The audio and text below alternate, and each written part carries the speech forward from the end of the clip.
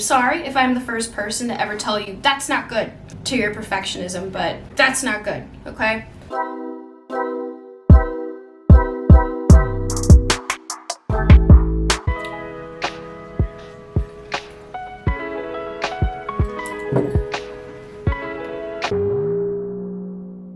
Not that being a perfectionist is always a bad thing. As a perfectionist, I've learned that it leads to a higher quality of work, but I would say on the same hand or a different hand, it leads to a lesser quality of life. And when I say a lesser quality of life, I mean just in regards to if you strive for perfectionism, typically you'll do that in every environment or every situation that you're in. So you strive to be perfect at work and relationships and etc., etc. But when you're doing that, you think that the goal, or at least the thing that you're working towards, is to make everything better, when in actuality you're just leading yourself to be discontent.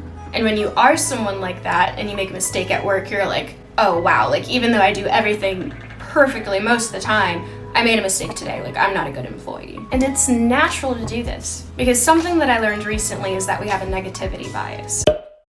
Not just us perfectionists, but every single person has a negativity bias. And what is a negativity bias, you might ask? Well, according to Google, the negativity bias is a cognitive bias that refers to the tendency for people to pay more attention to and give more weight to negative information or stimuli than positive information or stimuli. So you can have all of these good things going for you in your life, and then one bad thing happens, or two, or three, or four, or five, and everything just crumbles because that's all you can focus on. So now that you know this, you're probably thinking, well, what can I do to combat this negativity bias that I supposedly have? And what I'll say to that is I wouldn't suggest fight. Oh my god, it's so freaking loud outside.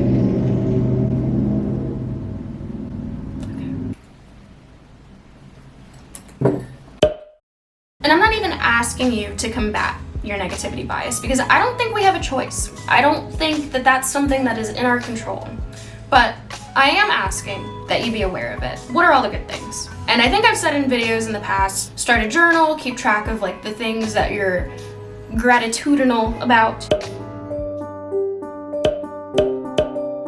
I've done it on occasion, but when I find myself focusing on everything that I've done wrong, everything that I could do better, I start to think about all the things that I've done really well.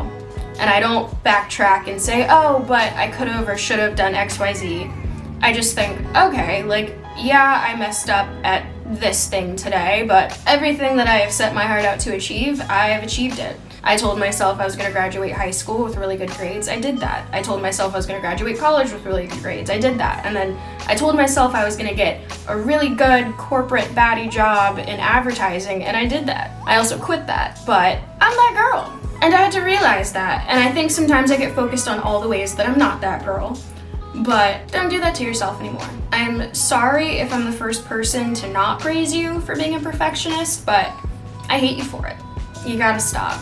It ends today. I feel like this more so affects people that are in the creative. Oh my god, the freaking motorcycle's outside. Can you guys hear this?